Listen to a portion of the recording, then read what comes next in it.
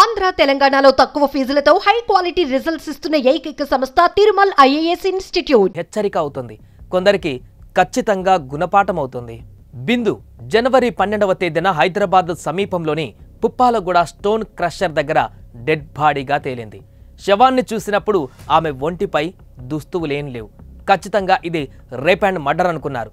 బిందు శవానికి 60 మీటర్ల దూరంలో మరో పురుషుడి డెడ్ బాడీ దొరికింది. అతని పేరు అంకిత్ సాకేత్. కత్తితో పొడిచి బండరాయితో తలను ఛిద్రం చేశారు.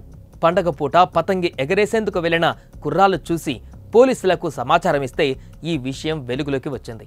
అసలు హత్యకు గురైన ఈ ఇద్దరు ఎవరు, హంతకులు ఎవరు అని ఆరా తీసిన పోలీసులు షాకింగ్ విషయాలు బయటపెట్టారు. బిందుది ఛత్తీస్గఢ్, ఇద్దరు పిల్లల తల్లి. భర్తతో ఎల్బీ నగర్లో ఉండేది. కానీ తను పనిచేసే హౌస్ కీపింగ్ కంపెనీలో అంకిత్ అనే వాడితో అక్రమ సంబంధం పెట్టుకుంది. బిందుని గట్టిగా వాడిన అంకిత్ ఆమెకు తన ఫ్రెండ్ని కూడా పరిచయం చేశాడు. డబ్బులిచ్చి వాళ్ళు కూడా బిందుతో తిరిగేవాళ్ళు. కట్ చేస్తే ఆ స్నేహితుల్లోనే ఒకడు చేసేటప్పుడు వీడియో తీసే ప్రయత్నం చేశాడు. అందుకు బిందు నో చెప్పడంతో కసి పెంచుకొని ఈ కూనీలకు పాల్పడ్డాడు. అంకిత్ స్నేహితుడు రాహుల్ కుమార్ సాకేత్ బిందుతో గదిలో ప్రైవేటుగా ఉన్నప్పుడు వీడియో తీసే ప్రయత్నం చేశాడు. నిరాకరించిన బిందు విషయాన్ని అంకిత్కు చెప్పింది. ఆగ్రహంతో ఊగిపోయిన అంకిత్ రాహుల్కి వార్నింగ్ ఇచ్చాడు. ఈ వార్నింగే ఇప్పుడు అంకిత్ బిందుల అంతానికి కారణమైంది. వీడియో తీయడానికి వ్యతిరేకించిన బిందుని, ఆమెకు మద్దతిచ్చిన అంకిత్ని కథం చేయాలని డిసైడ్ అయిన రాహుల్ జనవరి 11వ తేదీన బిగ్ ప్లాన్ వేశాడు. బిందు కావాలని అంకిత్కు 4000 పంపించాడు. గదిలో వద్దు, పుప్పాలగూడ గుట్టల్లో కలుద్దామన్నాడు. అంకిత్ ఓకే చెప్పడంతో అసలు ప్లాన్కు తెరలేపాడు. బిందు వచ్చింది. అంకిత్, రాహుల్తో పాటు మరో 2 వ్యక్తులు రాజ్ కుమార్, సకేంద్ర కుమార్ కూడా వచ్చారు. 5గురు కలిసి పుప్పాలగూడ క్రషర్ ఏరియాకు ఆటోలో వెళ్లారు.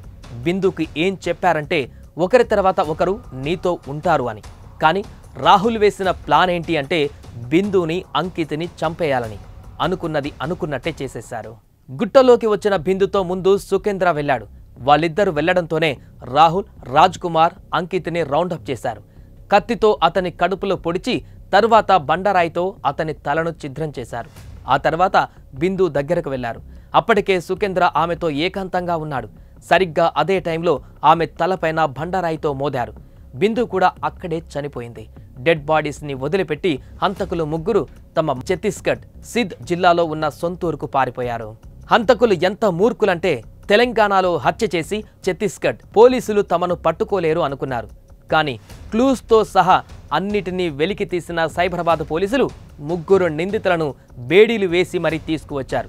సరే, ఈ స్టోరీలో మరి తప్పెవరిది?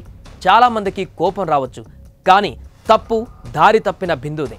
బంగారం లాంటి భర్త, ముత్యాల్లాంటి 2 పిల్లలు ఉన్నా కూడా 2వవాడు, 3వవాడు, 4వవాడు, 5వవాడు అదుపు తప్పింది. అందులో ఆ రాహుల్ అనే వాడికి బిందుతో వీడియో కావాలనే కోరిక పుట్టడంతో ఏకంగా ఆ కోరిక ఈ జంట హత్యలకు కారణమైంది.